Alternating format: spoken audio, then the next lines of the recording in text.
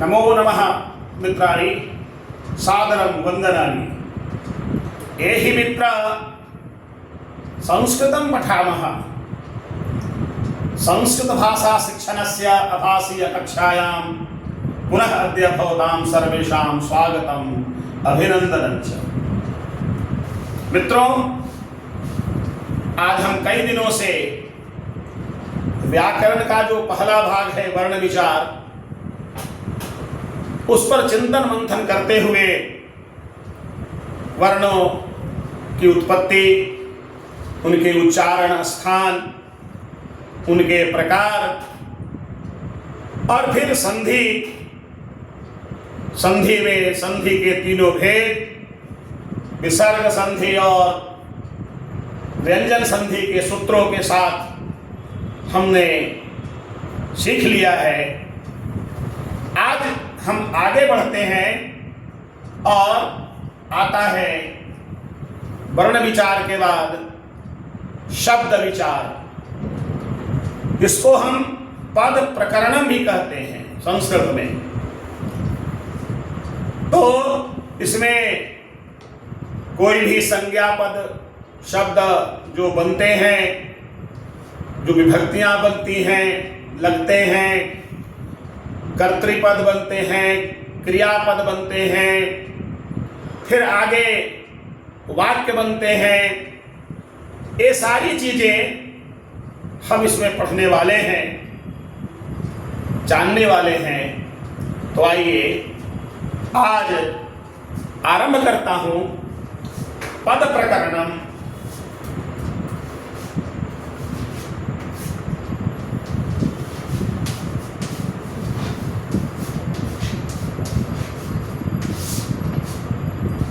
अर्थात शब्द विचारः।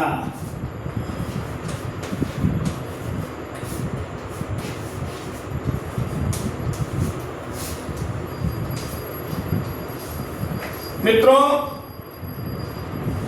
हिंदी भाषा में हम शब्दों का प्रयोग करते हैं, किंतु संस्कृत में शब्दों का प्रयोग नहीं होता है, उसमें पदों का प्रयोग होता है। जैसे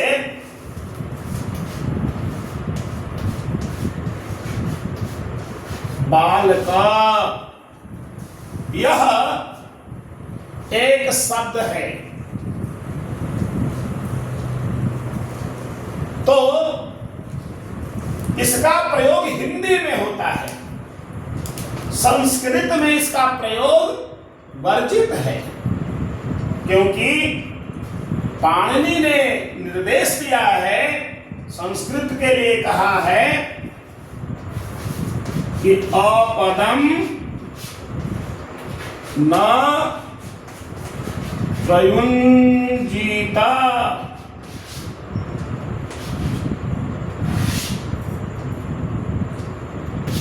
यानी जो अपद है, जो पद नहीं है, ऐसे का प्रयोग वाक्य में संस्कृत भाषा में नहीं करनी चाहिए। तो क्या करना चाहिए? पद का प्रयोग करना चाहिए। पद कहते किसको हैं? आपके मन में प्रश्न उठ रहा होगा। तो मैंने कहा ये बालक क्या है? तो एक शब्द है। इस शब्द को हमको पद बनाना होगा, तो क्या करेंगे? तो कुछ प्रत्यय होते हैं। एक स्वाभाविक, आप वैसे पुस्तक में भी लिखा हुआ है, एक बार आप ध्यान में रखिए।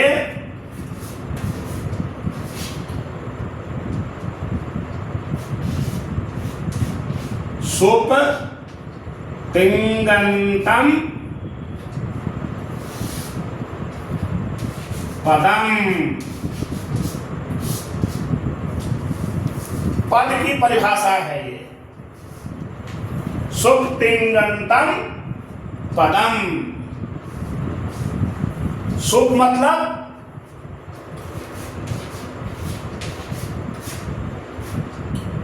सुबंत,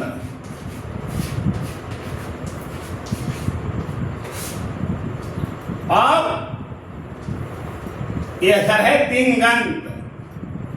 सुबंत और तिङन्त के प्रत्ययों से युक्त शब्द को हम पद कहते हैं। सुबंत के जो प्रत्यय हैं उससे जो विभक्ति के अनुसार ये कर्तृ रूप, कर्म रूप, करण रूप आदि आदि रूप बनते हैं और तिङन्त के प्रत्यय से क्रियापद बनते हैं। एक और भी ध्यान रखना चाहिए, सुबंत जो लगता है वो शब्दों में लगता है और तिङन्त के जो प्रत्यय होते हैं वे धातु में लगते हैं और फिर वो क्रिया रूप में परिवर्तित होते हैं। तो पहले हम इस सुबंत के बारे में जानकारी हासिल करेंगे।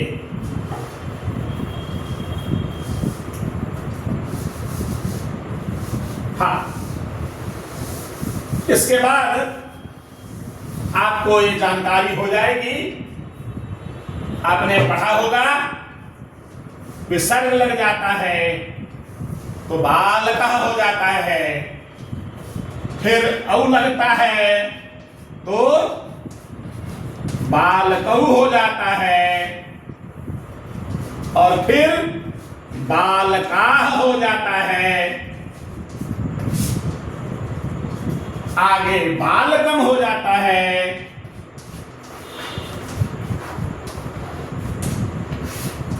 बालकौ हो जाता है और फिर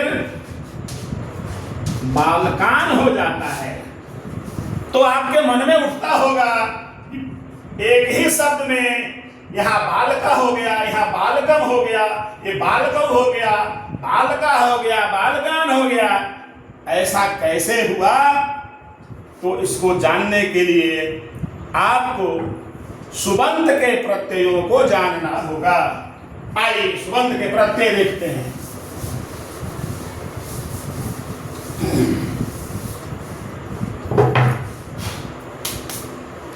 तो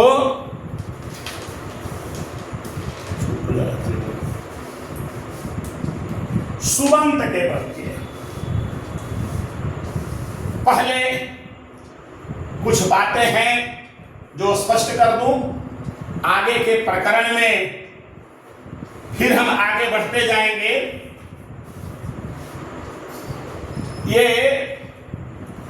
विभक्ति का नाम सुना होगा आपने, जैसे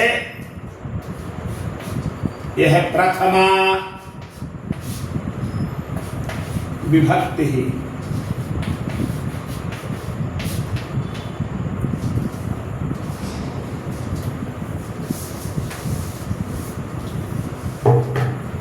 प्रथमा, द्वितीया, तृतीया,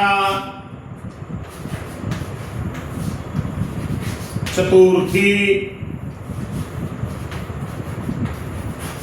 पंचमी, षष्ठी, सप्तमी। ये विभक्ति है। यानी प्रथमा कहने का मतलब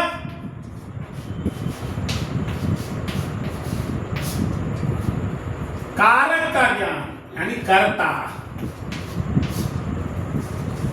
और द्वितीया मतलब कर्म, तृतीया मतलब करण, चतुर्थी मतलब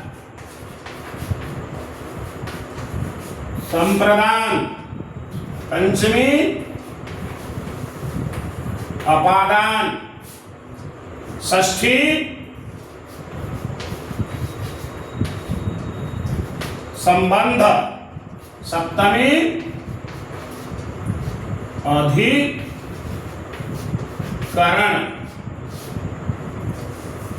ये विभक्ति है। वस्तु हैं, तो उसके लिए पाणिनि ने एक सूत्र कहा है, वो सूत्र ध्यान रखिए, देखिएगा, कहा है संख्या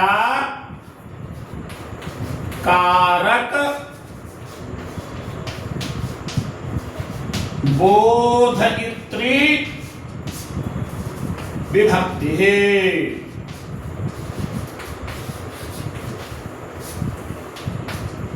संख्या कारक बोधयित्री विभक्ति है। इधर संख्या भी हो गई, प्रथमा द्वितीया तृतीया चतुर्थी पंचमी, इधर कारक भी कर्ता कर्म करण संप्रदान पादान, तो इसी को हम विभक्ति कहते हैं। यदि हम इसको नहीं भी लिखें तो कोई आवश्यक नहीं है कि इसको लिखा जाए, स्वतः संज्ञान में आ जाता है कि प्रथमा मतलब कर्ता, द्वितीया मतलब कर्म। अब जो प्रत्यय हैं वो वचन के अनुसार अलग अलग हैं। 3 वचन हैं, एक वचनम, द्विवचनम, बहुवचनम।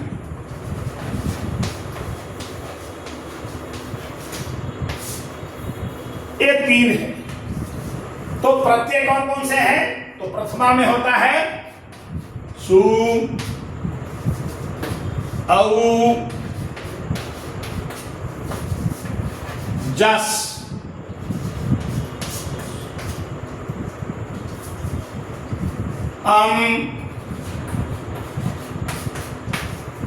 औट, सस, तृतीया टा, भ्याम, भीष, चतुर्थी इंगे, भ्याम, भ्यास,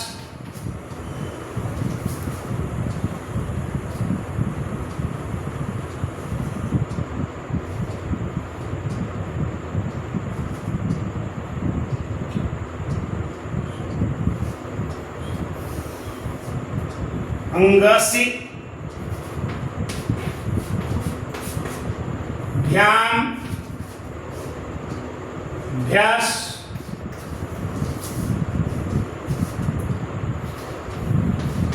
अंगस, ओष, आम, इंगी, ओस, सुप। सुप यही है, सुप तिंगंतम पदम, यानी इसकी संख्या वचन के आधार पर 7 तिहाई 21 ये प्रत्यय है।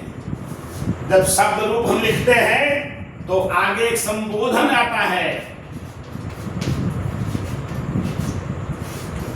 उस संबोधन में प्रथमा विभक्ति ही होती है, सुओजस,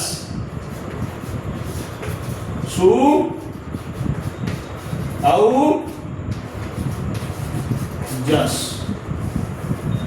किंतु हम खास कर इसकी चूंकि ये प्रथमा विभक्ति होती है, इसकी हम गणना नहीं करते हैं।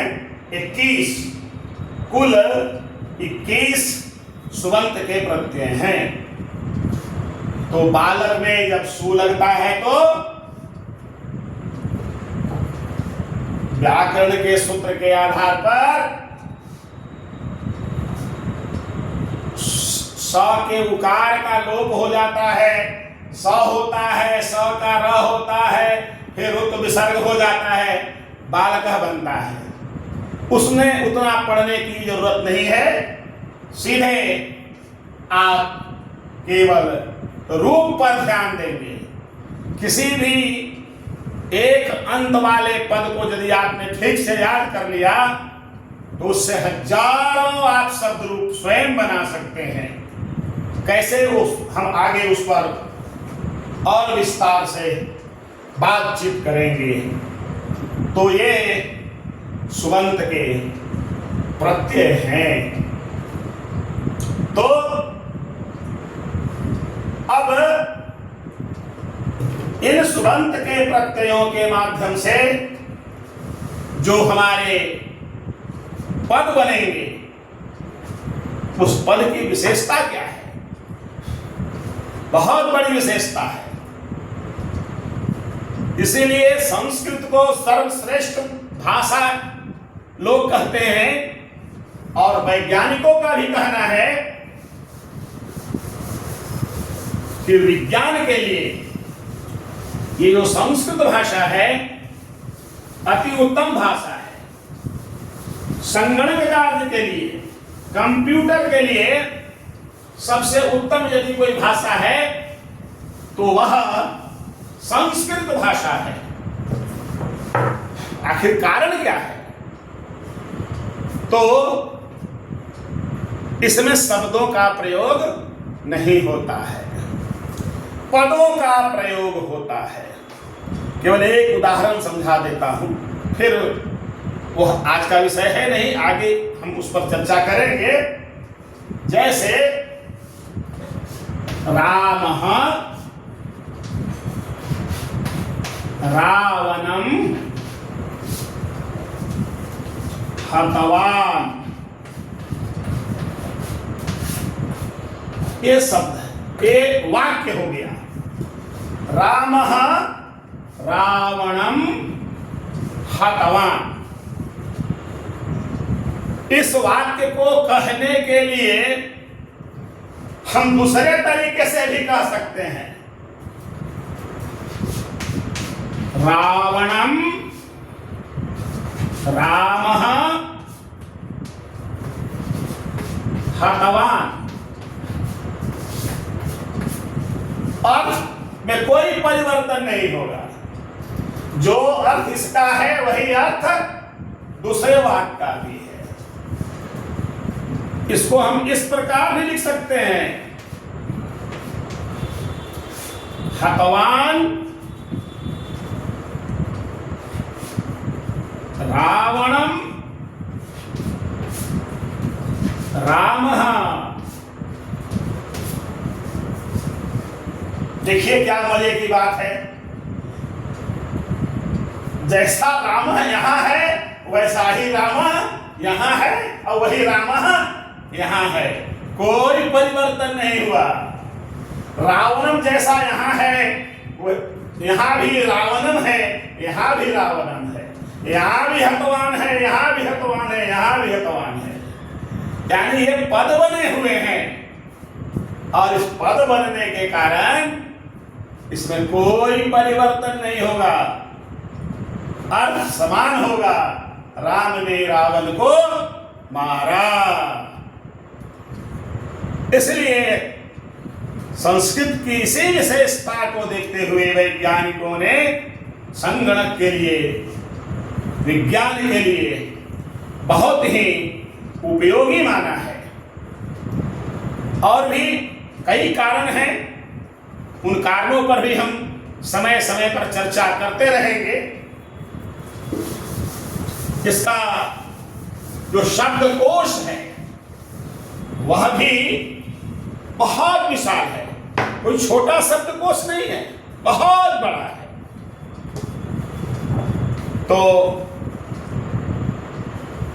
हमको शास्त्रों को देखना होगा, शब्दकोशों को देखना होगा, अपनी पाठ्य पुस्तकों को देखकर उन शब्दकोशों से मिलान करना होगा और चिंतन करना होगा, कहाँ कौन सी विभक्ति, कौन सा प्रत्यय, कहाँ क्या लग रहा है।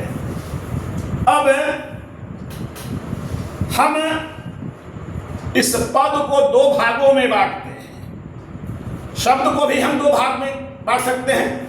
तो शब्द को दो भागों में बांटते हैं। पहला भाग क्या है?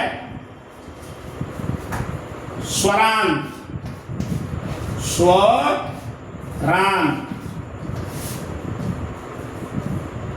स्वरांत शब्द, और दूसरा है व्यंजनांत शब्द। अर्थ समझ में आ रहा होगा। ऐसे शब्द जिनका अंत स्वर से होता है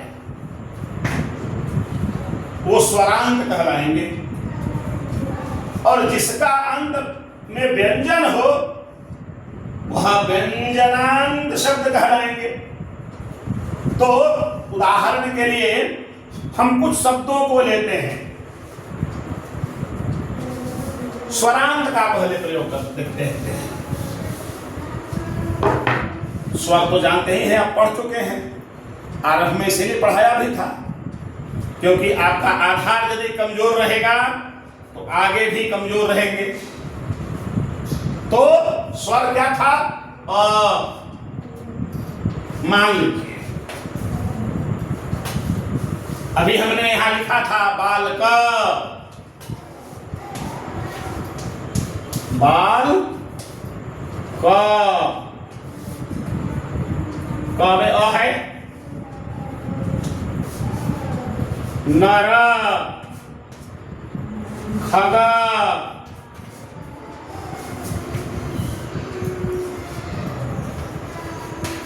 देवा राम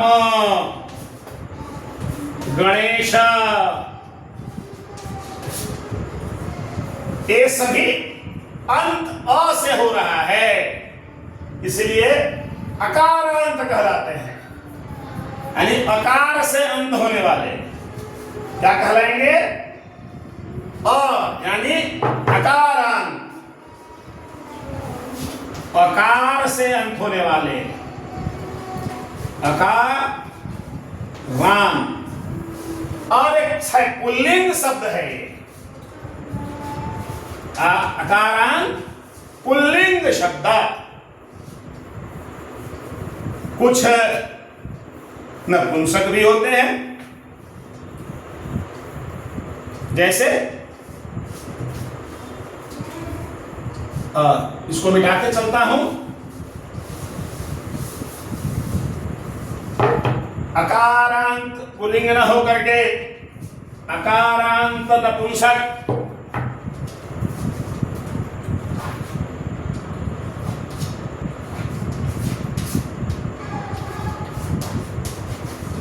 अकारांत नपुंसकलिंग जैसे फला, पुष्पा,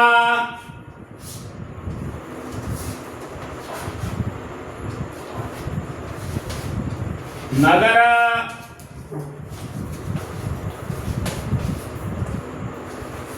गृह, ऐसे अनेक हैं शब्द जो नपुंसक लिंग के हैं।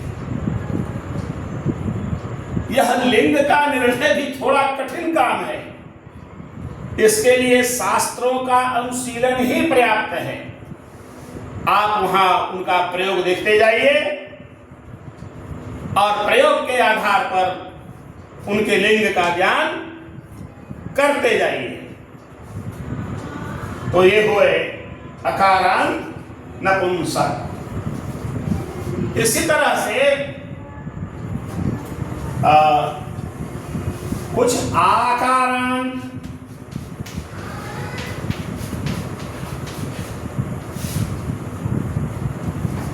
स्त्रीलिंग शब्द हैं।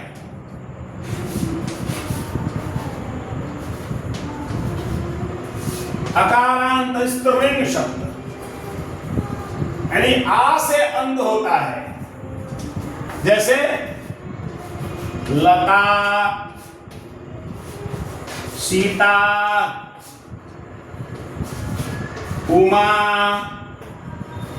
रमा, गीता, रीता आदि आदि। ये आकारांत स्त्रीलिंग कहे जाते हैं। कुछ आकारांत पुल्लिंग भी शब्द हैं, हालांकि उनकी मात्रा कम है, आप नहीं भी उस पर ध्यान देंगे फिर भी आपका काम चल जाएगा। तो आकारांत कुछ पुल्लिंग जो शब्द हैं, मैं संकेत केवल कर देता हूं। विश्वपा,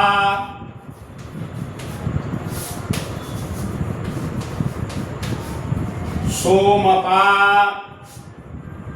विश्वपा, सोमपा और गोपा, ऐसे कुछ पद है, बहुत कम ही है मात्रा में, जो आकारांत पुल्लिंग कहे जाते हैं। अ और आ। अब इसके बाद कुछ जो शब्द हैं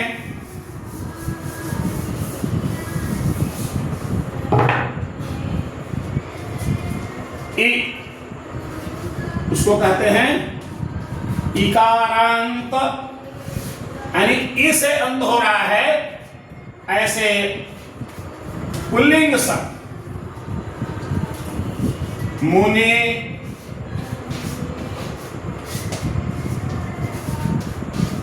हरि,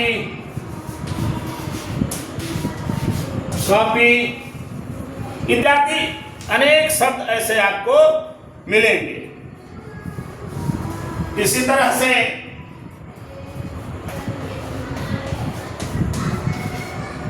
इकारांत स्त्रीलिंग भी है। मति, बुद्धि,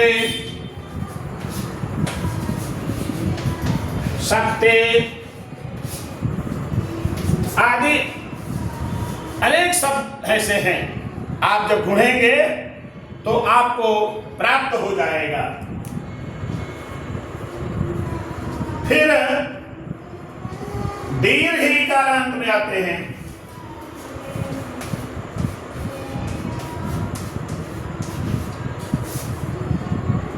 दीर्घ इकारांत स्त्रीलिंग नदी,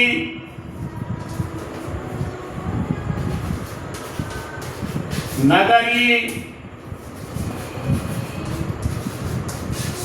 काशी, यानी दीर्घ ई से जिसका अंत हो रहा है, ऐसे ये सभी शब्द हैं।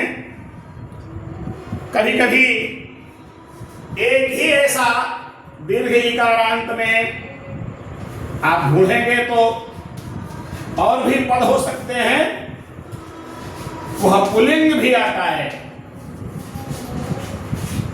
और वह है सूधी। इसी तरह से कुछ उकारण, यानी उ से जिनका अंत हो रहा है, ऐसे पुल्लिंग साधु, भानु, गुरु, वायु आदि अनेक ऐसे शब्द आपको आपकी पाठ्य पुस्तक में मिल जाएंगे। आगे उकारांत स्त्रीलिंग में शब्द हैं।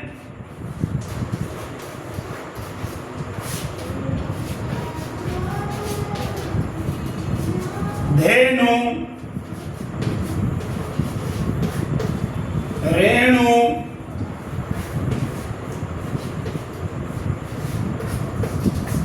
रज्जु, आपके ही पाठ्य पुस्तक में इस प्रकार के बहुत सारे पद होंगे।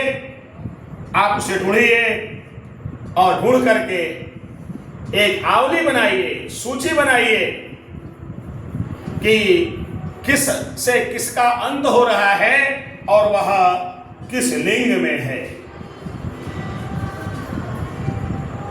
कुछ दीर्घ उकारांत भी शब्द हैं जो पुल्लिंग हैं और स्त्रीलिंग हैं, दोनों हैं।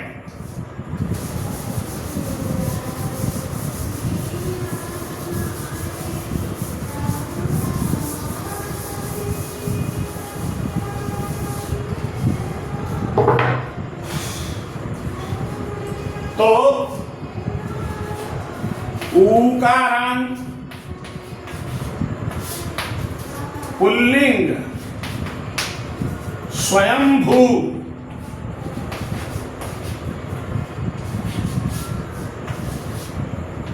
स्वयंभू शब्द है, यह उकारांत पुल्लिंग है। और भी बहुत सारे मिलेंगे, आप उसको देखिए, ढूंढिए। और उकारांत स्त्रीलिंग भू बधू भू बधू चमू,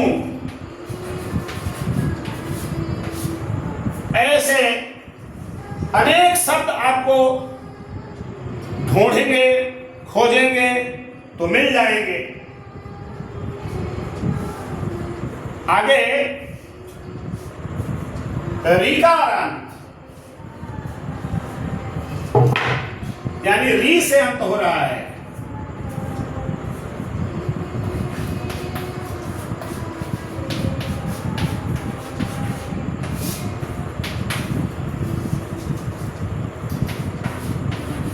ऋकारांत पुल्लिंग पितृ पितृ भ्रातृ दात्री, ऐसे अनेक शब्द आपको मिलेंगे। कुछ ऋकारांत स्त्रीलिंग भी हैं।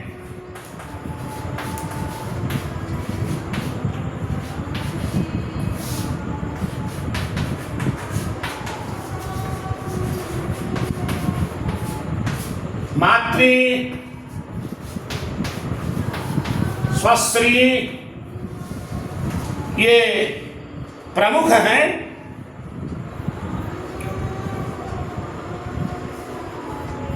आप अपनी पाठ्य पुस्तक में जब खोजेंगे तो और भी बहुत सारे शब्द आपको प्राप्त हो जाएंगे। कुछ ओकारांत शब्द हैं।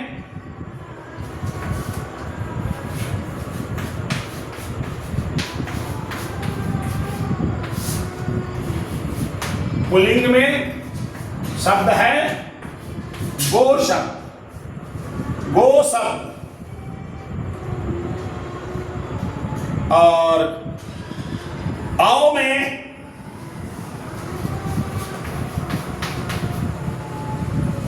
औकारांत, ये नौ शब्द ऐसे प्रयोग में है। आप स्वयं भी ढूंढ सकते हैं, देख सकते हैं। अब स्वरांत में लगभग इतने प्रकार के आते हैं। ये पाठ्य पुस्तक की दृष्टि से हमने आपको बता दिया, किंतु यदि संभाषण करना हो तो संभाषण की दृष्टि से केवल 4 प्रकार के शब्दों को आपने ठीक से स्मरण कर लिया। अकारांत पुल्लिंग, अकारांत नपुंसकलिंग और इकारांत स्त्रीलिंग, आकारांत स्त्रीलिंग। ये केवल 4, एक बार फिर से मैं बता देता हूं, केवल 4 प्रकार के जो अंत वाले शब्द हैं यदि ठीक से आपने याद किया, अकारांत पुल्लिंग,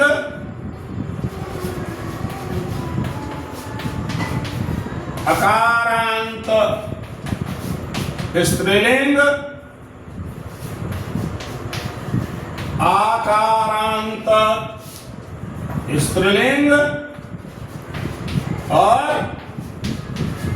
ईकारांत स्त्रीलिंग। इतना यदि आपने याद कर लिया है, इतने प्रकार के अंत वाले शब्दों के शब्द रूप यदि आपके पास है तो बहुत सारे ऐसे शब्द मिलेंगे।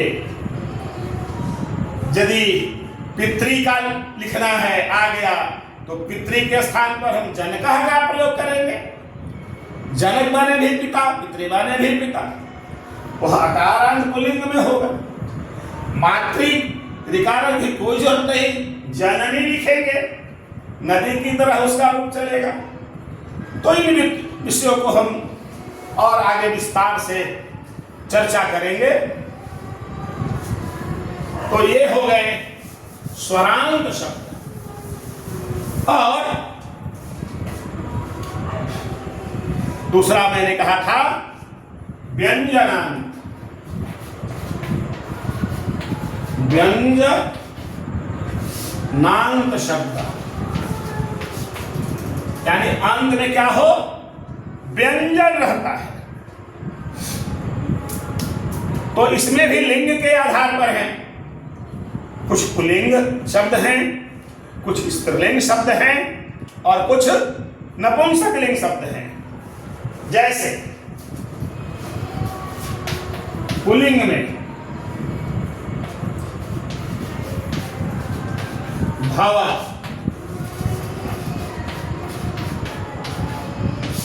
भवत्, जागृत, श्रीमद्,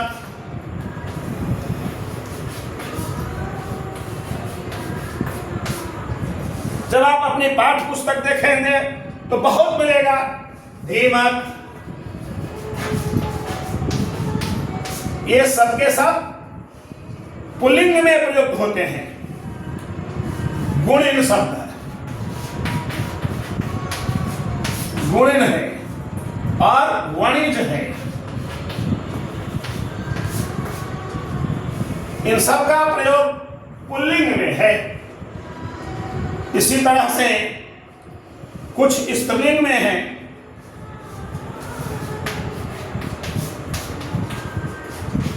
वाच सब में लिख रहे हैं, व्यंजन है।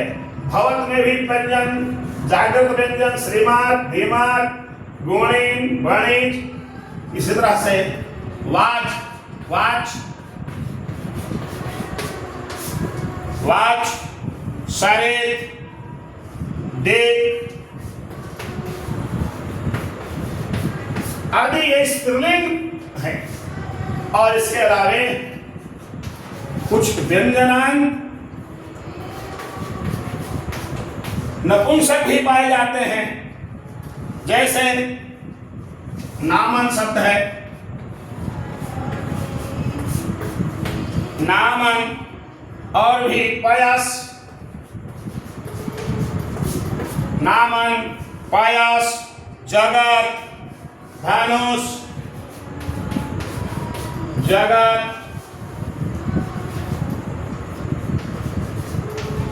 धनुष, ऐसे अनेक व्यंजनांत शब्द आपको मिलेंगे।